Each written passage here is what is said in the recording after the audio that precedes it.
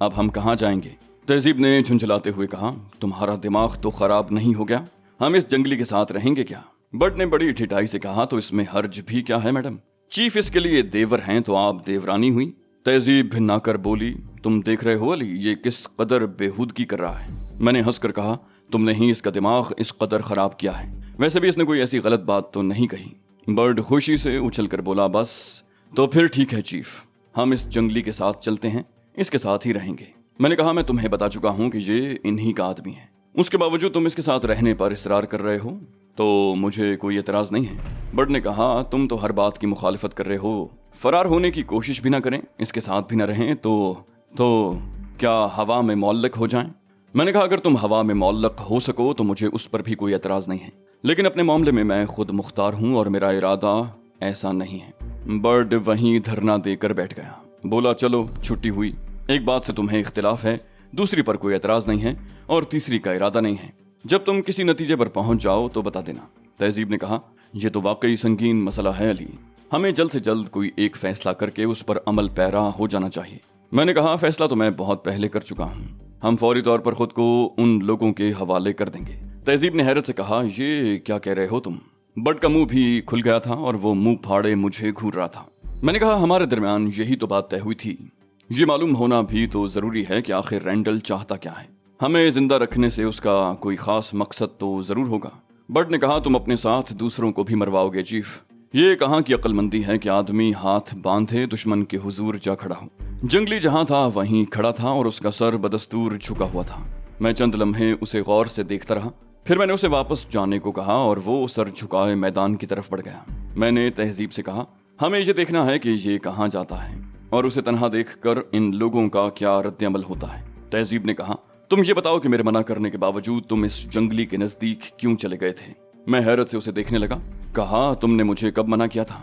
تہذیب بولی، جب وہ سجدے میں گرا ہوا تھا اور تم اس کی طرف بڑھ رہے تھے، اس وقت میں تمہیں چیخ چیخ کر اس کے نزدیک جانے سے روک رہی تھی، مگر تم نے سنا ہی نہیں۔ تمہیں کیا ہو گیا تھا؟ میں نے کہا، میں کیا بتاؤں کہ مجھے کیا ہو گیا تھا؟ میں نے کچھ آوازیں تو سنی تھیں مگر اس وقت کچھ ہوش نہیں تھا۔ مجھ جیسا ایک آدمی میرے سامنے سجدہ ریز تھا، میں یہ بات کیسے برداشت کر سکتا تھا؟ بٹ نے کہا، وہ تو ٹھیک ہے چیف، لیکن یہ کوئی چال بھی تو ہو سکتی تھی، چال نہ ہوتی تب بھی یہ ممکن تھا کہ تمہیں قریب پا کر وہ تم پر حملہ کر بیٹھتا۔ میں نے خشک لہجے میں کہا، میں اس موضوع پر بحث کرنے کے موڈ میں نہیں ہوں، اور میں نے جنگلی پر نظریں جما دیں جو میدان کے درمیان سے گزر کر جانے کی بجائے کنارے کنارے جا رہا تھا۔ اس کی منزل ایک بیرک ثابت ہوئی، اگر وہ میدان کے درمیان سے گزرتا تو جلدی وہاں پہنچ سکتا تھا، لیکن ایسا معلوم ہوتا تھا کہ میدان کے وسط سے گزرنے پر پابندی ہے۔ میدان میں اب بھی کراٹے کی مشقیں جاری تھیں۔ مشقیں کرنے والے تمام افراد گنجے تھے اور میرے اندازے کے مطابق ان سب کا تعلق مشرق بعید کے ممالک سے تھا۔ تہذیب نے مجھ سے پوچھا، تم نے کیا فیصلہ کیا علی؟ اب ہمیں کیا کرنا چاہیے؟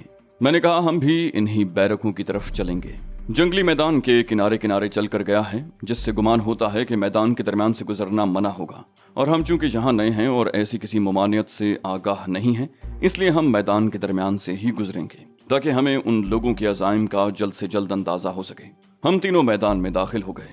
ابھی صبح کے 7 ہی بجے تھے، مگر دھوپ میں اچھی خاصی تپش پیدا ہو گئی تھی، جس سے اندازہ ہوتا تھا کہ یہ جزیرہ کسی انتہائی گرم خطے پر واقع ہے۔ ہم نہایت بے پرواہی سے چل رہے تھے، یوں جیسے یہاں سیر و سیاحت کے لیے آئے ہوئے ہوں۔ تہذیب اور بٹ کو میں نے یہ انداز اپنانے کی خاص طور پر ہدایت کی تھی، اور وہ میری ہدایت پر حرف بحرف عمل کر رہے تھے۔ جیسے جیسے ہم میدان کے وسط کی طرف بڑھ رہے تھے، مشقیں کرنے والوں کی آوازیں بھی تیز ہوتی جا رہی تھیں۔ وہ اندازاً 50-50 60-60 کی ٹکڑیوں میں چاروں طرف موجود تھے، اور ان سب کے منہ اس شخص کی طرف تھے جو ان کے عین وسط میں تھا۔ ان سب کو وہی شخص مشقیں کروا رہا تھا۔ ان سے کچھ فاصلے پر پہنچ کر ہم رک گئے۔ مجھے توقع تھی کہ کوئی ہمیں روکے گا، مگر ایسا نہیں ہوا۔ کسی نے ہم پر توجہ تک نہیں دی تھی، یوں معلوم ہوتا تھا جیسے کوئی غیر معمولی بات ہوئی ہی نہ ہو۔ کچھ دیر ہم وہیں کھڑے رہے، پھر ہم نے ان کے ارد گرد چکر لگایا، لیکن کسی نے ہماری طرف آنکھ اٹھا کر بھی نہ دیکھا۔ بٹ نے کہا، یہ واقعی بہت اچھے لوگ معلوم ہوتے ہیں چیف، میں سوچ رہا ہوں اچھا موقع ہے، کیوں نہ میں بھی کراٹے سیکھ لوں۔ میں نے بٹ کو تعریفی نظروں سے دیکھا، کہا، خیال تو بہت عمدہ ہے، اس طرح تم بور بھی نہیں ہوگے اور مفت میں کراٹے بھی سیکھ لو گے۔ بٹ نے بے یقینی سے میری طرف دیکھا، حیرت سے بولا، تو کیا میں جاؤں؟ میں نے کہا، زبان سے اجازت دے چکا ہوں، اب کہو تو لکھ کر بھی دے دوں۔ بٹ آنکھیں پھاڑ کر مجھے دیکھنے لگا۔ میں نے طنزیہ لہجے میں کہا، اب شاید تمہیں ڈر لگ رہا ہے، اگر اتنے ہی بزدل ہو تو ایسی بات زبان سے کیوں نکالتے ہو جس پر عمل نہیں کر سکتے؟ بزدلی کا تانا سن کر برڈ آپے سے باہر ہو گیا اور تیز تیز قدموں سے جا کر ان لوگوں میں شامل ہو گیا جو کراٹے کی مشقیں کر رہے تھے۔ میں بڑی دلچسپی سے اسے دیکھ رہا تھا۔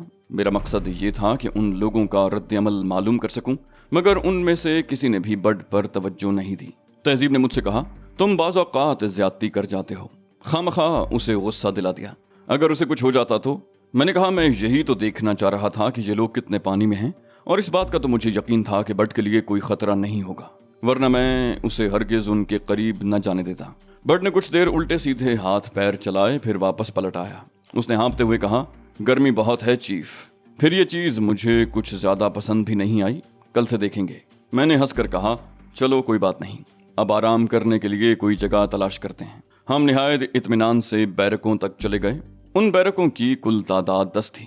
ہر بیرک کے اوپر ہریالی نظر آ رہی تھی، یعنی انہیں کیموفلاج کیا گیا تھا تاکہ جزیرے پر کسی قسم کی تعمیرات کا سراغ نہ لگایا جا سکے۔ ہم ان بیرکوں کے کمروں میں جھانکتے پھر رہے تھے اور ہمیں روکنے ٹوکنے والا کوئی نہیں تھا۔ ہر کمرے میں تھوڑا بہت سامان ضرور موجود تھا، جس سے ظاہر ہوتا تھا کہ وہاں کچھ لوگ مقیم ہیں۔ کافی دیر تک گھومنے پھرنے کے بعد ہمیں ایک ایسا کمرہ نظر آ گیا جس میں صرف 3 عدد فولڈنگ بیڈ اور ایک الماری تھی، اس کے علاوہ وہاں کچھ اور نہیں تھا۔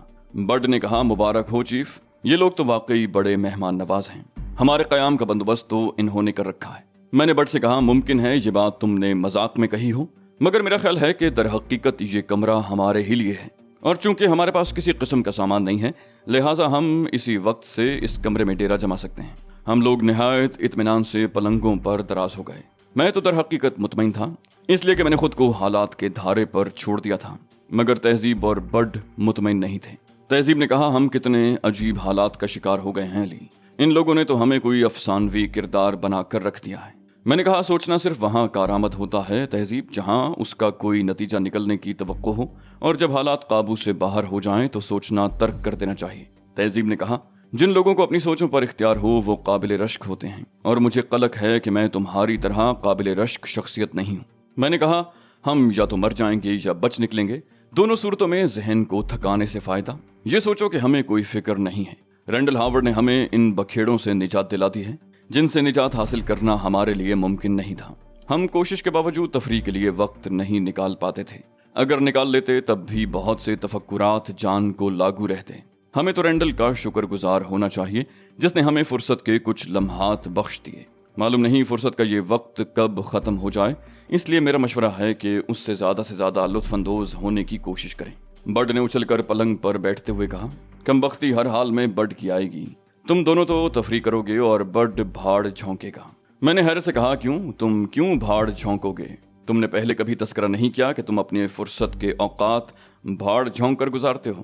برڈ نے جل کر کہا، ہاں اب تو تمہیں ہری ہری سوجھے گی، میڈم کے ساتھ بے فکری سے وقت گزارنے کو مل رہا ہے نا۔ میں نے انجان بنتے ہوئے کہا، میں سمجھا نہیں، کیا تمہیں کوئی پریشانی ہے؟ اگر ایسا ہے تو تمہیں چاہیے کہ مجھے بتا دو تاکہ میں کسی طرح اسے حل کرنے کی کوشش کروں۔ برڈ نے اپنا سر پیٹتے ہوئے کہا، ارے اکیلا آدمی کیا خاک تفریح کرے گا؟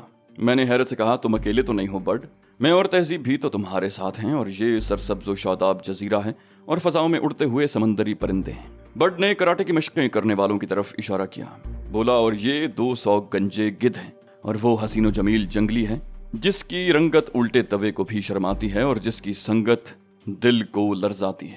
تہذیب کو ہنسی آ گئی، بولی، تم آخر اس قدر کٹکھنے کیوں ہو رہے ہو؟ عام حالات میں تو تم بہت خوش مزاج ہوتے ہو۔ برڈ نے کہا، تم دیکھ نہیں رہی چیف کس قسم کی گفتگو کر رہے ہیں، یہ جان بوجھ کر مجھے غصہ دلا رہے ہیں۔ تہذیب نے کہا، پتہ نہیں تمہیں کون سی بات بری لگ گئی؟ میرے خیال میں تو علی نے ایسی کوئی بات نہیں کہی جس پر تم اتنی بری طرح چراغ پا ہو گئے۔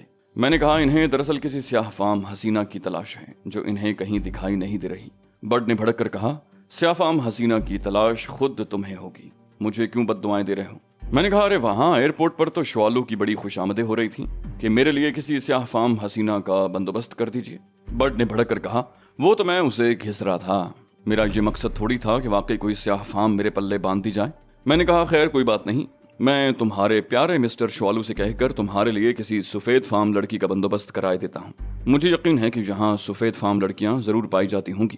برڈ نے کہا، میرے سامنے شوالو کا نام بھی مت لو، میں نے اس پر اعتبار کیا تھا مگر وہ دھوکے باز ثابت ہوا۔ تہذیب نے کہا، تفریح تو خیر ہم کریں گے لیکن زندہ رہنے کے لیے خوراک بھی تو ضروری ہے، اور یہاں پر تو کچھ بھی نظر نہیں آ رہا۔